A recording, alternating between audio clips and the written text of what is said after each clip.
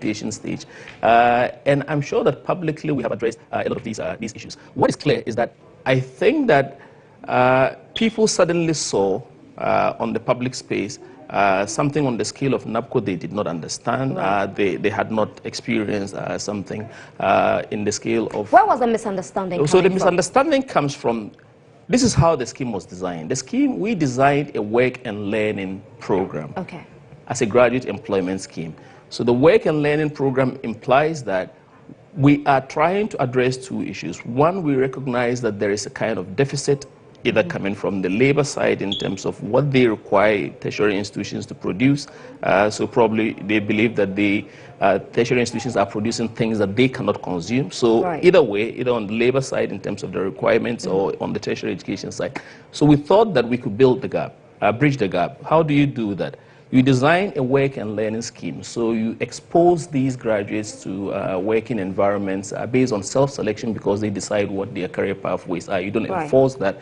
And then while they are at it, you deliberately engineer processes for value addition. So what you're doing is you make sure that you expose them to a range of training on soft skills, on digital skills. This is essentially what we're supposed to do. At the very start of the program, the first 6 months was supposed to be dedicated to preparing them through these processes with the module implementation partners who were supposed to receive them. Now, for a lot of people, they just expected that you take these people, throw them in a work placement as if they were going to do national service without any sort of thinking undergirding that. And I think that all those initial stages, those who were being prepared by these agencies to enroll into their workplace, and people thought that we're just paying them for no work done. But that was not the design of the scheme. They were being paid? They were being, at the initial stages, when the module implementation partners were preparing to take them on. At the orientation stage. As we speak today, beyond the probation period, any NaBCO trainee who gets paid on account of a timesheet. And those who have problems of non-payment know where the problem is coming from. Because if you try to sort of sidestep the processes, or if you have problems and you don't address them at the very district levels, and you think that nationally we can tackle it, then you'll be sort of sidestepping. So what's the challenge with the timesheets then? So there isn't a challenge with the timesheets in a sense. What you have is all these trainees are supposed to be in certain places of work. So you're supposed to have a line management structure where your line manager authenticates that you actually come to work. And because you do that, they believe that they should sign your timesheet. And then it goes to our district offices for validation. Once the validation is done, then what it means is that it goes to the national for payment to be made to the trainees. We have timelines and cutoff points. People who miss those timelines from their district level automatically falls out of the payment. And what it means is that until we pay all these other people who have submitted their timesheets on time and clear those as outstandings, we don't get back to you. And so they would hear their colleagues have been paid and they have not been paid, and it's an issue. Having said that, there were a core group of people who had data issues at the very start because they had issues based on their application. You'll be surprised. As of today, there are still NaBCO trainees who have not submitted their e-switch credentials, and they expect to be paid. Why? I don't know why, because at the very And that is a prerequisite? That's a prerequisite because that's the only platform on which we pay. It's a biometric system, and those who did national service are familiar with that. But there's a lot of education at the very district levels. They know what they are supposed to do. They have a personal platform, and they can engage with us via the platform, the portal, to be able to update their records. But all these issues that come up in relation to the scheme are very minimal. I am sure that if you follow what's going on, if you have 100,000 people and weren't paying 100,000 people or something close to 100,000 people, I'm sure that I will not be sat on a comfortable seat like this having a discussion about NaBCO trainees. And so why do they threaten to, for instance, go on a peaceful demonstration? Well, these are some of the misunderstandings, because I challenge all NaBCO trainees at all points. I've done a nationwide monitoring. I was across the country on the road for 6 weeks. And what you realize is that sometimes the politics is the politics and the reality is different. If you go to the ground, it's very unlikely that you would find that what we experience on the landscape in terms of the issues that you hear within the media space is actually reflective of the issue on the ground. If you have something on the scale of NaBCO 100,000 And you have less than 5,000 people who have problems, which is barely 5% of the problems or challenges with the scheme, then it means that those are issues we can pick up at the very local levels and address without any sort of challenges. But oftentimes I think that the issue is blown out. You have 20 people call a radio station or a media network, and it's like, you haven't actually paid 100,000 people, because for a station receiving this volume of calls on a particular issue, if it's non-payment, you're likely to think that, nothing has happened. All right. So Tacha says that anytime we want to demonstrate, we are threatened with termination of contract, or if we engage the media or demonstrate. What you've been hearing about NaBCO officials in the media is not the true state of NaBCO. The trainees are suffering, but we cannot talk. Has this ever come to your attention? How is that possible? We all watched a couple of months ago a group saying that they were about to demonstrate on a national scale 100,000 people to hit the streets. 6 people showed up at Circle to do the march. It's been in the media space for a very long time, because the reality, it's different. You have majority of the NaBCO trainees settled in their work placements. They are happy and show some kind of gratitude for the recognition that the youthful workforce that we are trying to build for this country is the way to go. And they appreciate that someone for the very first time in terms of leadership has shown that you need to invest these huge funds into the young workforce, so that in terms of the productivity for the future, this country will be the better off for it. If any NaBCO trainee has any issue and they believe that they actually, if it's related to payment, and I say to NaBCO trainees at all points in time, the payment is the easiest of your problems, because there are funds dedicated to the scheme, and if you have done all the right things, there's no reason why. NaBCO has no interest in holding your pay, because the money doesn't even come to the headquarters. What we do is that there's an arrangement from Bank of Ghana straight to the directly to the Ghana Interbank Payments and Settlement Systems, that's GIPS, and they pay them on the eSwitch platform. Once they have done the right things, once their data is correct, the reason GIPS tries to contact all these NaBCO is because they're trying to pay them, and sometimes they cannot because of, for example, they have hot card issues because their eSwitch details are sort of damaged or incorrect or whatever. But if this challenge is addressed, do they still get paid? Of course, they get paid, because once they are in employment, once they are in the on the scheme and attending to their work, there isn't any reason. I mean, people have been paid arrears dating back from January or even November, once they have rectified their details. Because as long as they are in on the scheme and following the procedures, there isn't any reason why. So and it's not true. No one would. Why would it threaten to terminate?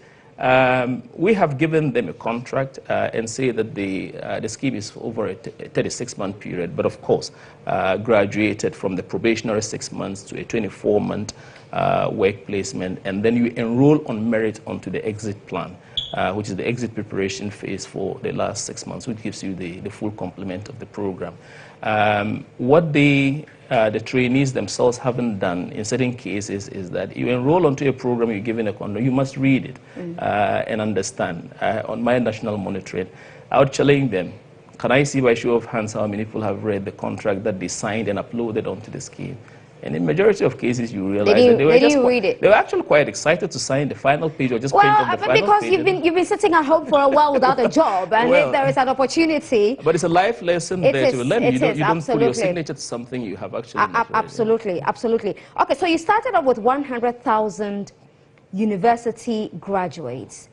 And there was a question earlier about when you are taking on more. I mean, you're running into a year now. Yeah. So I'm very sure that if the scheme wasn't, if you're selling a product that's not good, I'm not sure people will be asking for when you're trying to enroll more. I believe that we're seeing a lot of value in the Nation Builder Score in the scheme. If you go onto the ground, current national service personnel who are finished and going on to their leave month, there's a lot of pressure on the scheme with questions such as, when are you taking more? The design was always to start with the 100,000, keep them for a period of 3 years, the 36 months, doing the value addition that would enable them, or heighten their employability. And this was always the design. Now, While at it, because we encourage NaBCO trainees to continuously seek employment once they acquire the essential skills, it means that a lot of them who exit we can replace to still keep the numbers where they are. From the beginning of the scheme to date, when we did deployment in November, over 9,000 people, and we haven't done the third quarter tally, over 9,000 people have found employment elsewhere and have exited the scheme. The reason publicly we haven't announced any major recruitment to replace them is that the scheme itself was oversubscribed. Right. At the time of application, 100,000 opportunities, 146,968 applied for it, which tells you that over 46,000, 47,000 people in excess of what was required. When we finished the interviews, and this was the first time we guaranteed an interview for any applicant, all the 146,000 and 137,000 trainees or applicants were interviewed for the scheme. What is going to happen in the future is that once we exhaust the waiting list of people who we're bringing on board whenever others exit, then we can sort of look to doing a public advertisement on a limited scale to fill the numbers. There have been recruitments in the health sector, in the education sector, in agriculture, Ministry of Food and Agriculture looking for extension officers. And because this is the graduate talent pool that we have, most of those, they are the same people who access those opportunities, including local government lately with the recruitment exercise. And of course, in the private sector, due to the expansion taking place in the economy. By and large, I think that if you look at the schemes such as NaBCO, the intent, while temporary, the belief is that in the future, with the expansion in the economy and with things improving, more and more of these graduates will find their place in the labor market. And if they take advantage of this scheme, chances are most of them would have an earlier exit from the scheme because they're seeking other opportunities that probably are in line with their career choices. And hopefully others can come on board and benefit from the value addition that we engaged in. There's a refreshing comment here from Ishmael Ado, who says that NaBCO is good. I don't have to depend on anyone. Again, I'm hoping to save about 3,000 Ghana cedis to invest into my second-hand shoe business. We'll love if they make the appointment permanent. So, Nanaba, think about this. From when we started the scheme in November, if any NaBCO trainee had been receiving consistently, which is the case, 700 Ghana cedis monthly, if you multiply that by the 9 months they have been on this, that gives you what, 5,000, what, 5,300 Ghana cedis, something like of the sort. So they have been paid over 5,000 Ghana cedis to date. Now, what that means is that if anyone was saving, because at national service rate they are paid something in the region of 559. Yeah. So if anyone manages to save some money while they are on national service and now earning something on this scale, and what we had done, which was also different, was that every trainee, all trainees were placed based on their preferred location. So we ask you to tell us where you'd want to work, your preferred location, your district, and we try as much as possible to honor that. So we place you locally. That means that you cut down on issues such as accommodation and transportation and other sundry expenses that would have actually taken a chunk of the money that you earn. So if anyone was targeting, for example, as an exit arrangement, further education, how much does the average postgraduate cost in this country? Within a 5,000, and you've barely stayed on the program for a year, and you've earned over that. So if you were to stay on the program for, let's say, a year, you'll be earning something in excess of 8,000 Ghana cedis. Right. On the 3-year span, you're earning something over 25,000 Ghana cedis. So that tells you that. But will the 700 be reviewed going forward? That is a conversation for the future. But for now, what we recognize is that there is a cost element which is not known publicly, which the trainees don't take up by themselves. The scheme is a work and learning program. Currently, they are engaged in the work placement. The training component, which is currently, now that they are settled in their places of work, is not only the module specific, which is delivered by on the job by the module partners, but NaBCO itself is supposed to be doing this value addition by exposing them to certain training programs online on the virtual portal, which is the NaBCO Talent Academy, but also we have to extract them from their places of work for continuous capacity building and work readiness skills and soft skills and then digital skills. And these are the things that eventually deliver on the employability. They don't have to pay for that. Government pays for that. And the projections we made at the design of the scheme was that this was going to cost government on an annual basis 700 per trainee. At 100,000 by 12 months, this was going to accumulate at what, about 84 million Ghana cedis in terms of training these NaBCO trainees. So it's a huge investment on a scale never before done in terms of the human capital investment by this administration. But it's for a reason.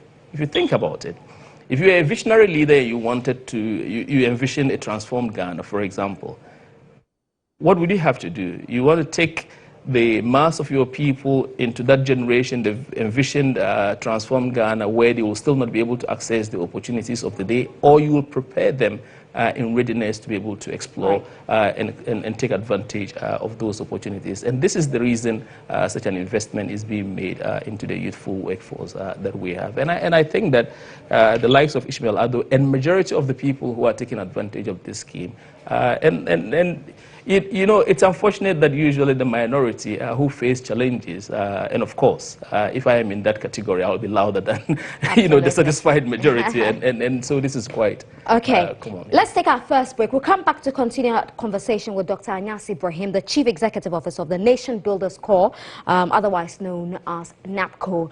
Before we go, a safe and easy way to access a loan using your car is here, and it's Bayport Car Title Loan. If you own a car, you can use it to get a loan of up to 25,000 Ghana cedis from Bayport and still drive it. So call Bayport today on 0302-745454 or 0577-679-105. Bayport, your future now. We'll be right back. Stay with us.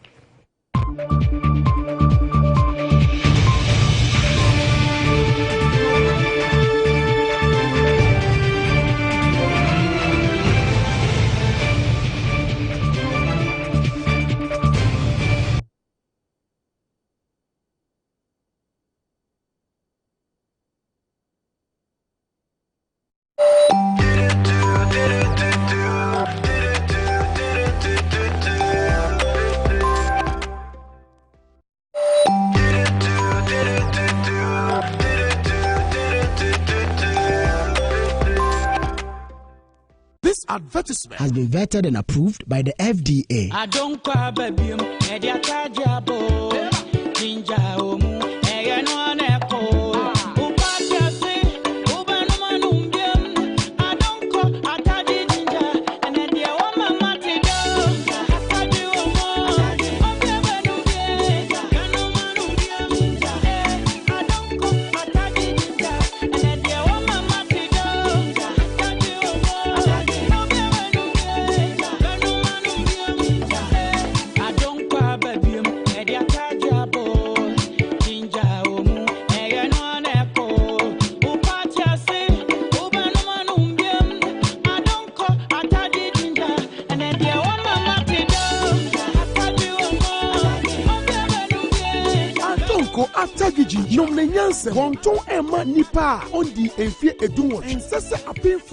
First was the unlimited worship experience, which saw the pouring of hearts to God in worship. Jeanette Services presents the 2019 edition of Women in Worship, themed the Trinity Experience. Come Sunday, September 22nd, 2019. All roads lead to the Action Chapel Dome for a thundering praise and worship experience with powerful female gospel minstrels of our time, the legendary Cindy Thompson, Sissy Troom, the evergreen Daughters of Glorious Jesus, 2019 VGMA Gospel Artist of the Year, Diana Hamilton,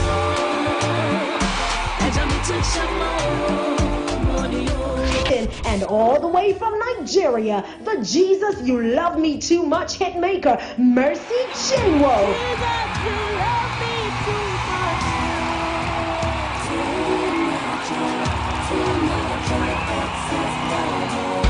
Tickets are going for 50 Ghana cedis regular, 90 Ghana cedis double, and 100 Ghana cedis VIP. Gates open at 4 p.m. sharp. This event is brought to you by NaBCO Electronics, ATL, Bettermalt, Color Max, Awake Mineral Water, Hollowed Assurance, Imani Impressions, BTL Africa, AH Hotel, and Action Chapel. Media partners.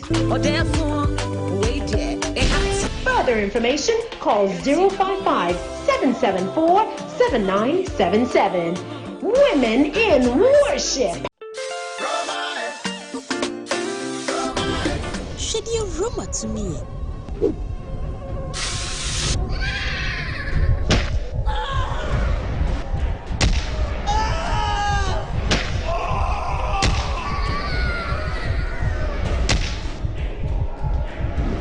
Insecticide spray and mosquito fell. And I told Master, a baby to Manama. She's so mad. Roma insecticide spray at that Roma. Entafre, Entatia, make a cheha. No way. Yamikunu and Tonton Bako crown fanimo. And also a pussy. Roma insecticide spray and mosquito quell. I'm out there with a sham. Roma,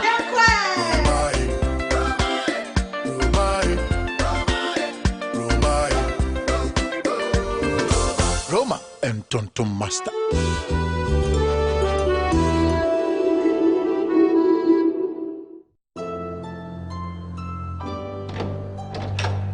If I don't see this wedding with my own eyeballs, dear, it's not me. Church right. I just go into the church. Okay, let me connect my earpiece. Now you may. Renano.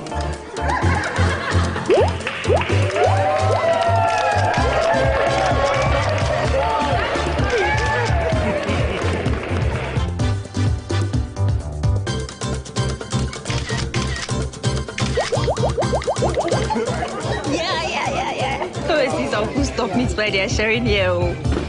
False alarm. Buffet, papa.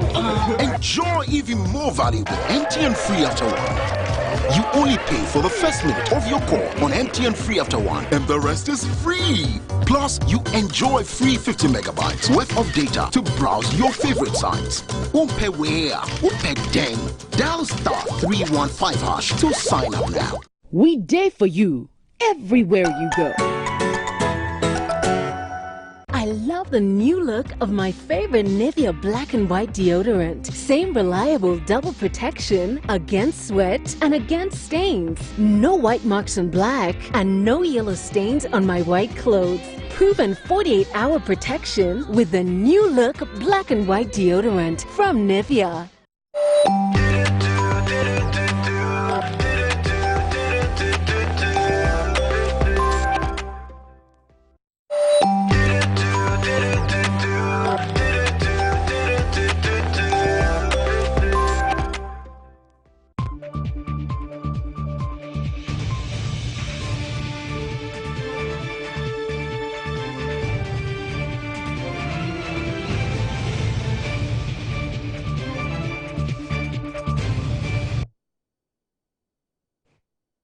Welcome back to Stage of Affairs with me, Nana Abba Anamwa. Tonight I'm talking to Dr.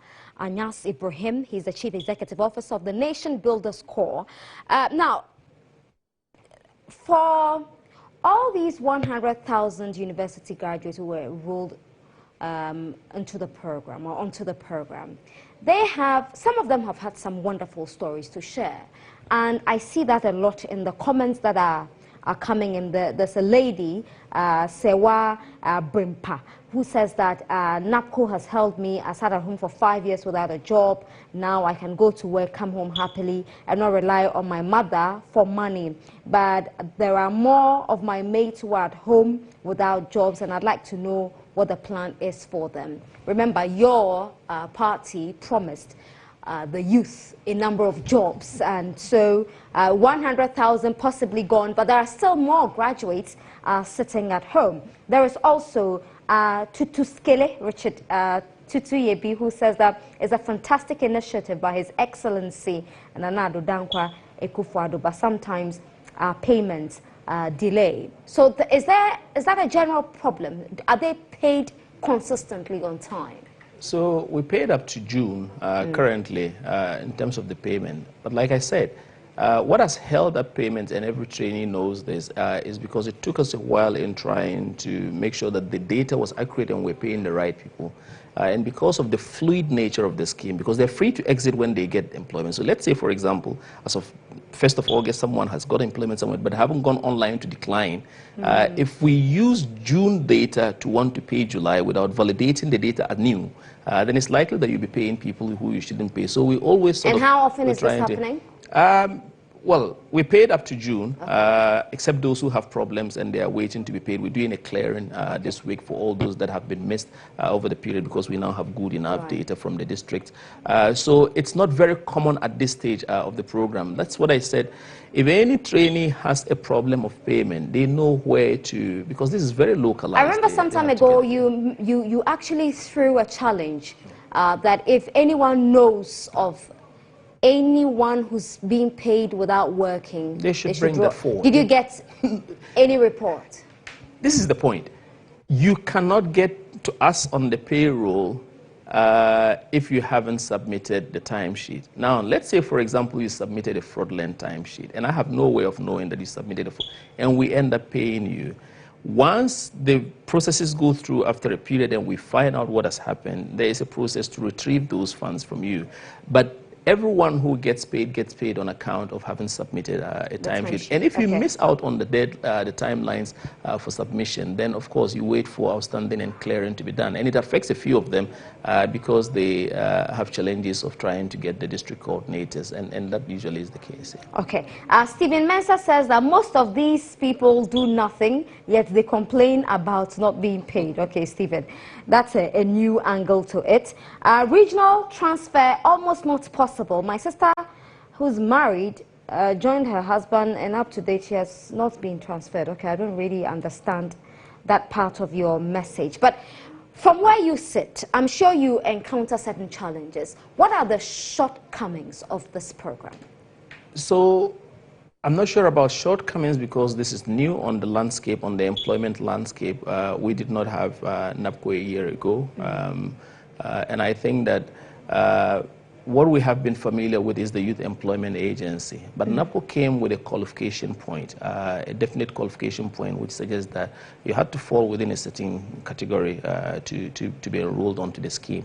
Now, the scale of it, 100,000, and I think sometimes people don't actually pay attention to the numbers. If you look at the sort of exit from national service, the numbers that come through national service, and with the statistics that we have suggesting that you have about 10% of those in the first year after exit national service get employment, and then the rest of them takes well over a decade or within a decade to find their place in the labor market. It means that to be able to, within a year, enroll 100,000 young people, tertiary graduates, that has got to be a commendable effort. I don't know what sort of economy could accommodate that. If you look at the scale of investment into the scheme on a monthly basis, 70 million, what that works out at nearly 12 million US dollars. I mean, even by developed world standards, I'm sure that the countries will be celebrating what is being invested in young people. Now, having said that, it's a new program. At the very start of it, my position was that we don't know NaBCO. Of course we don't. It's new. But let's give it a chance. If you go around and independently speak to two categories of people, the module implementation partners, the likes of Ghana Revenue Authority, where they were a year ago before they took on NaBCO trainees at their various medium and small tax offices, and even at the Ghana Customs, you will hear stories that will excite you in terms of the revenue numbers. If you go and speak to district assemblies, the various metropolitan, municipal, and district assemblies on their revenue generation locally and the numbers that are coming in, thanks to the collaboration with NaBCO, you'll be excited. If you go into schools and look at the most rural parts of this country, for the very first time being able to democratically make sure that within the very localities where these graduates come from, we're able to retain them to make a contribution in education, with over 28,000 NaBCO trainees working within their own local districts, whether rural or urban. to make a contribution in the lives of young people. If you look at the hospitals, the CHIP compounds that we have across the country, and the contributions that this nation builders and young trainees are making, if you look at private enterprise that have engaged NaBCO trainees without having to pay in the first year for the investment that government is making. So if a private enterprise, for example, took, let's say, even 100 NaBCO trainees, that is what? Government is investing 70,000 in that business on a monthly basis. Now, if you look at all this, the digitization processes, and I was taking notes, when we were going through this, and I recall at the very start of this when we said we're going to engage in value addition, and people said, what does that mean? Well, there are careers of the future. Drones, for example. Currently in this country, if we were to ask how many people understand what drones are, which probably will rule our future at some point in terms of health delivery and other areas, emergency services and other things, you'd find that NaBCO is the only organization that currently can boast in terms of huge numbers in excess of over 100 trained drone pilots. We train them at the UMatt University of Mines, and then we expose them to some kind of military rotation, and they are currently fighting, assisting with the president's anti-Galamsey, the Galamstop project. A lot of them have taken the exams at the Ghana Civil Aviation to gain their licenses as drone pilots. Seed and fertilizer, and I'm sure on the scale of investment we making into the planting for food and jobs. NaBCO collaborates effectively at the local levels to make sure that the fertilizer distribution system works effectively, the improved seeds that the ministry was trying to distribute to farmers, and NaBCO is dealing with all these things on the ground. If you look at the digitization processes that are going on currently, I'm sure that you've seen this, and I have read from your network, the digital property addressing system. The attempt to digitize and make sure that every house has got a number plate that has probably a house number and then a street name and then a postcode, which is the digital address. NaBCO is deploying 12,750 trainees to engage in this exercise and make sure we're able to deliver it within a year.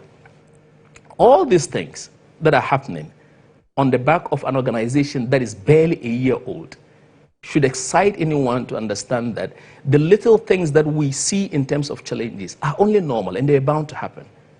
If someone says that they have enrolled on NaBCO and they have never been paid because they have had some technical challenges with e-switch or the data mismatch from when they applied and then us trying to authenticate that they are still the same person, or because someone has exited and not told us that they have done so and they have been caught in the validation process, all these things are natural workings of an organization. That actually should excite anyone that this is a functioning organization that is doing the appropriate and the right due diligence, mindful of the scale of investment of public funds into the scheme. I could not be reckless, just paying people because they have enrolled onto NaBCO. I would have to make sure that for every cedi that is paid to a NaBCO trainee is something that has been earned. Right. And so a lot of the issues that come up, we very open and we take them on to improve the workings. In fact, we deliberately ask for feedback every now and then from the trainees themselves. So what kind of feedback do you get? So what you have is that at the initial stages for a lot of them who had just national service experience, what you are likely to have is that for them they just thought that I've got a scheme that is now going to pay me 700, I'll behave typically, you know, I don't have to go to work. And so with time, when they realized that this was the probationary phase in preparing them for the workforce, they began to ask the right questions. Instead of payment questions, they began to ask questions such as, well, you promised us that you're going to be training us to build our capacity to be able to access the labor market. Have you had reason to sack anybody? Yes, we have. We have had a couple of cases where it's been reported to us from the module implementation partners, we call them MIPs, that probably someone enrolled with a false documentation. Our bit is we do the investigation and then when it's found that it's the case, then we ask the person to exit and then we report that. So in terms of the criminal intent, that has to be dealt with at another level. We have also had people, I recall, issues at one of the districts where it was alleged that some trainees were behaving in a way that was counter to the organizations because they were supposed to engage in revenue mobilization. And we thought, I'm not going to extract that person and put them in an organization to behave in the same fashion. So basically, we revert them to the waiting list until they are able to, realize that probably what they did was wrong, and then if there is an opportunity, we reinsert them. Otherwise, they will stay there.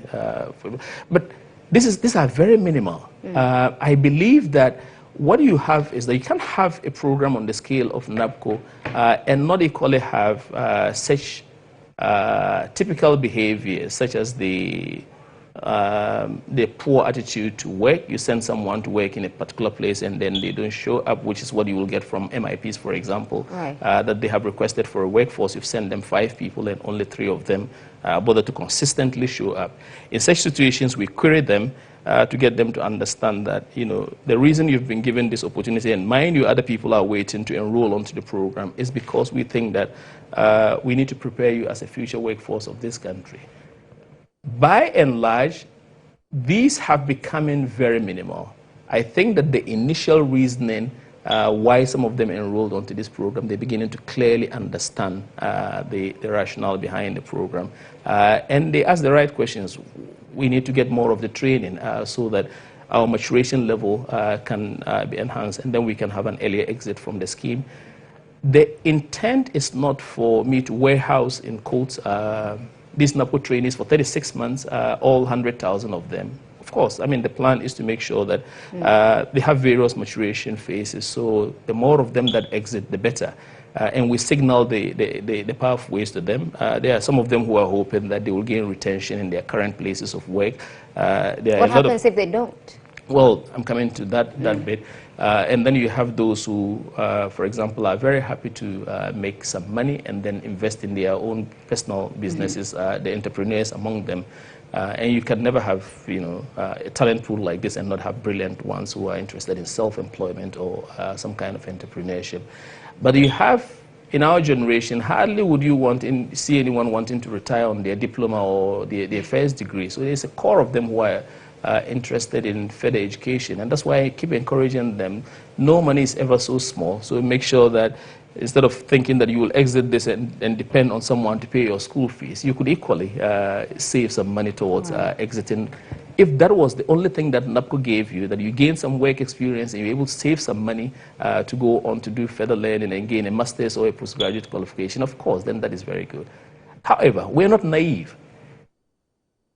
There are some who probably will stay the whole length of the program, 36 months. That is why we have the final 6 months, which is the exit preparation phase, to make sure that all those that stay with us and enroll onto the exit preparation phase, there will be deliberate signaling of where they have to go, preparing them and doing partnership with both industry and also existing government institutions that are already in business development and startups. So it's not a case where after the 3-year period, they're going back to stay at home? Well, it shouldn't be. And I challenge NABCO trainees on my nationwide monitoring. I say to them, how unfortunate will it be, for example, that you had this 3-year opportunity and you didn't grow? How unfortunate will that be? You could grow and still not get a job. Well, I'm making a deliberate point because the whole point of value addition is to make sure that you came onto NABCO so certain things could be addressed. A year ago, you had the diploma. A year ago, you had the first degree. A year ago, you probably had the master's, because we have some master's degree holders on this program.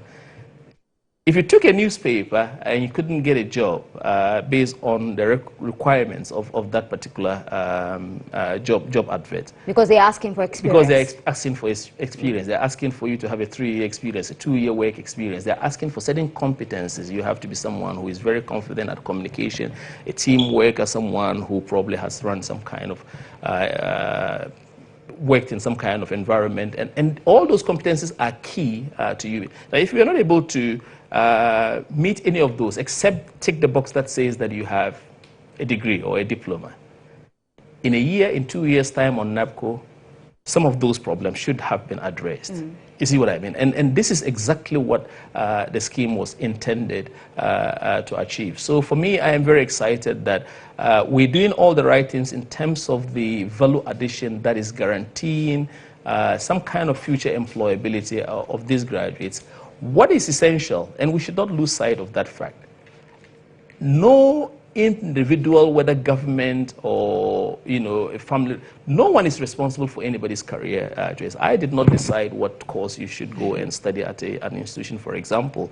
And so I think that we have to get into a mindset of taking some kind of personal responsibility for our own personal growth and not rely, solely on, of course, governments have a responsibility in terms of what we're doing, preparing them and giving them the essential support to be able to get onto into the labor market quite easily and have access. And with the expansion in the economy, of course, more opportunities for them to get hired and earn better wages.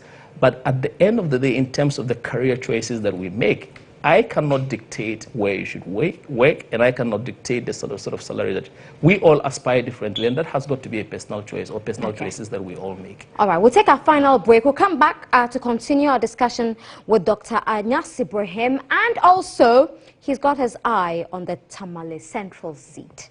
We'll be right back.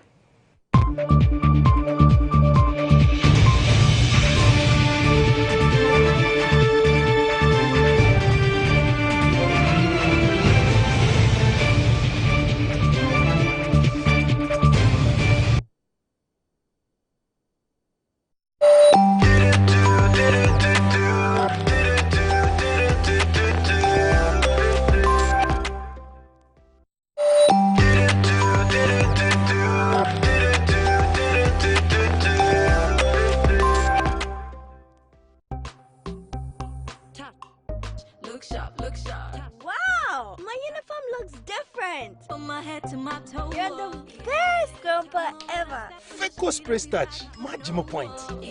Hi, Pops. Actually, pause. How about in Wogumin Massidam?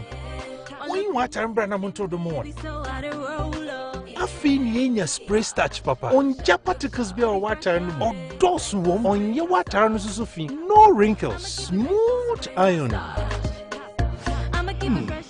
Yes, Papa. FECO spray starch. Me here perfume. Point 2. As a guy. FECO spray starch. Look sharp. FECO spray starch. Look sharp. Look sharp.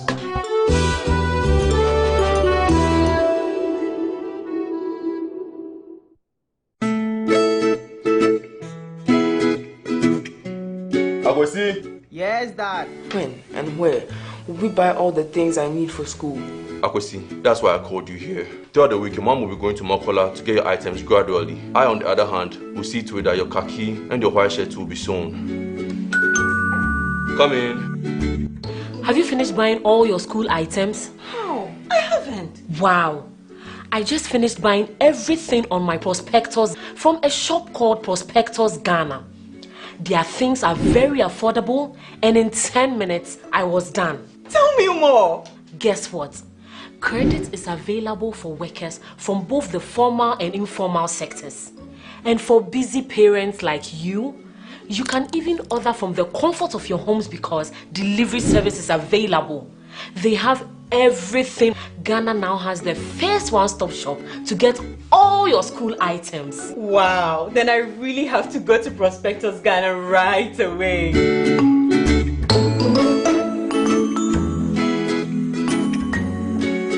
Prospectors Ghana, no market stress, yeah. If it's about school prospectus, then Prospectors Ghana is the place to shop.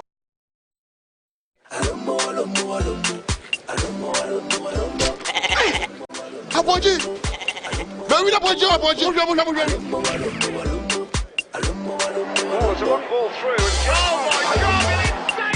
The winning flat screen. The winning for no. Alomo Beaches 80-20 years they came repackaging. Wow! Free t-shirt! I'm the shopping Charlie, Nadia no be winning ano. Alomo Beaches actually never drown. Sir, say so to Alomo Casapa no via and Tonkane. Diem, Newumu Bia Yodia. Ay, ka! Merinica, zero ma. Me kwa me taxi business, Paul Pammy. Merinica, ka. Fini try me back way. No munyansem wonton nipa wonim fie do woche ensesa pemfo no.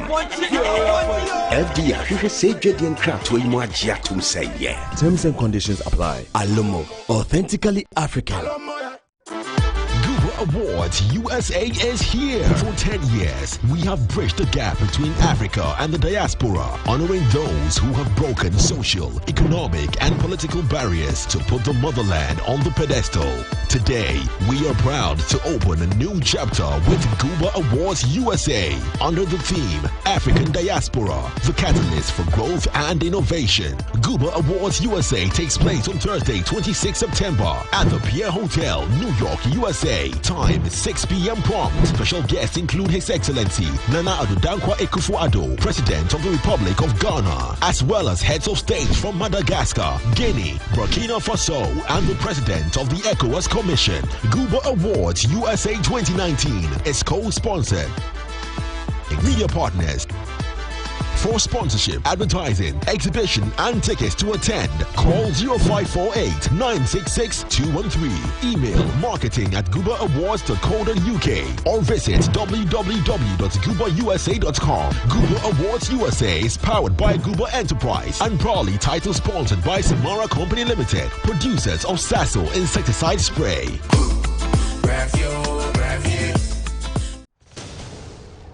We don't want to only see a little bit of Messi. We want to see all of Messi.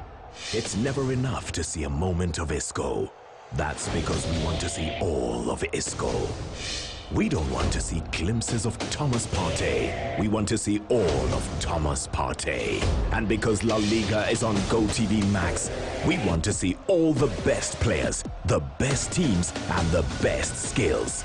The best football to hit the screen returns to GoTV.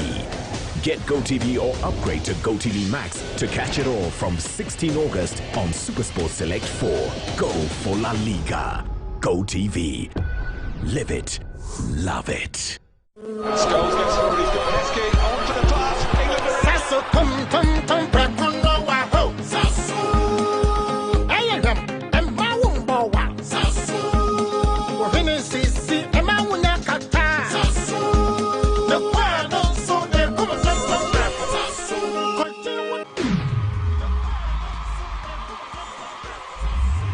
Yeah. Sasso.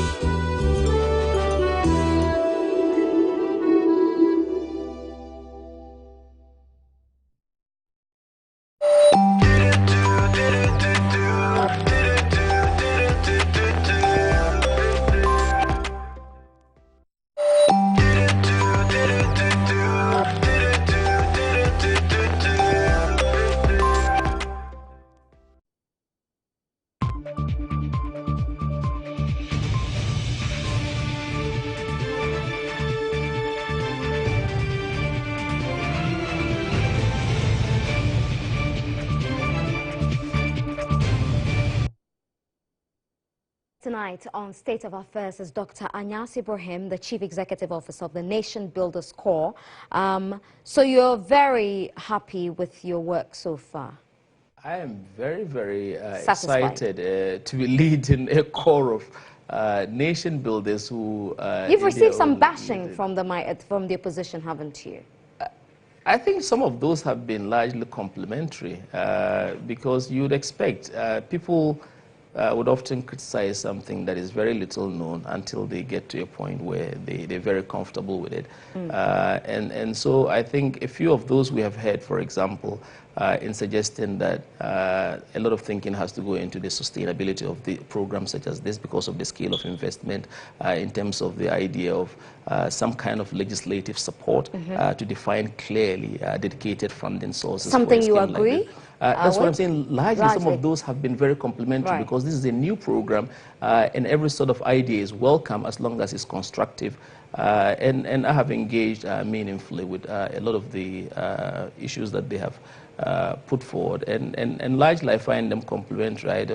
I think that I have been challenged to do more for the young people who I lead in this program, and I believe there is some value for the country in this scheme.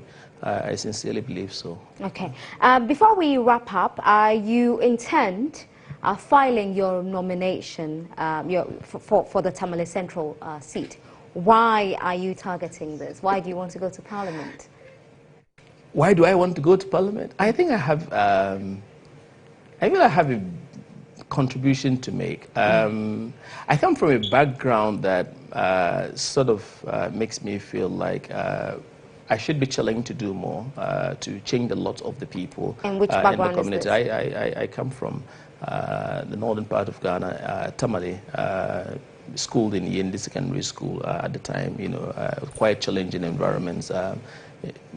Nothing like the sort of support that goes into senior high schools today, and the sort of upbringing that you have and the challenges that you face in terms of exposures to the sort of things that should aspire you sort of gives me the impression that with all that I have experienced up to this point and the benefits of that upbringing, it's about time to give something back. So I personally have an unfinished business in Tamale Central I ran in 2016. Not quite successful then, but I believe this is the time. I'm filing my nominations. Second time is a charm. Well, I'm filing the nominations tomorrow at the Tamale Central constituency office, and I think this is the space to watch. We had a lot of support from GH1 at the last election in terms of the coverage and the exposure, you know, to our fellow citizens on what was going on in Tamale Central, and I think this is the time to finish the business. Right. Do you feel, and I mean, you can decide to answer this question. You talk about your background and the inspiration to go to Parliament. Do you feel, because you have quite a number of colleagues in Parliament from the northern region as well, yet we're not seeing too much improvement in the livelihoods of people up north. Do you feel that these candidates, these members of Parliament from the 3 northern regions, now we have more, have actually let their people down? I hesitate to comment in a general sense on this because the reality usually often is different once there. I believe sincerely that in every constituency in the northern part of Ghana, there have been some kind of progress made. Now, if I fall in the category as a citizen of any of those constituencies that have not been served well, I think I'll be part of the crew that will call for some kind of improvement in the sort of leadership. But essentially what we should offer is very constructive ideas on how to progress the lot of our people. I believe that in any contest that is taking place in environments like that, it should be more on the challenging the leadership on what they can actually do to improve the lot of the people, instead of dwelling on issues that probably have very little impact, but only self-serving to, which is why some politicians get the bad rap, you know, for the sort of approach they have. But it's largely about development. I think that I come with a strong portfolio of evidence that my constituents will believe that they will be served well and served better. Because I think that for the mass of the young people who are faced with the challenges of unemployment, who are faced with challenges of not being able to find their way through education, a lot of the young people who are falling out of education because of the lack of aspiration and attainments and achievements, I believe that I have some kind of experience in all these to be able to contribute meaningfully as a member of Parliament to represent Tamale Central, and I count on the sport to be able to do that. Absolutely. Yeah. I wish you well. I hope that you sail through the primary successfully, and we'll see you when you start campaigning to go to Parliament. All the best, Dr. Watch the space. Watch the space. I am watching keenly. Dr. Anyasi Ibrahim is the Chief Executive Officer of the Nation Builders Corps, NaBCO, and we've been talking about the challenges and the success story so far about NaBCO. And he's also got his eye on the Tamale Central seat. All right. So thank you so much for talking to us, and thank you for watching the show. We'll see you next Tuesday. Have a good night.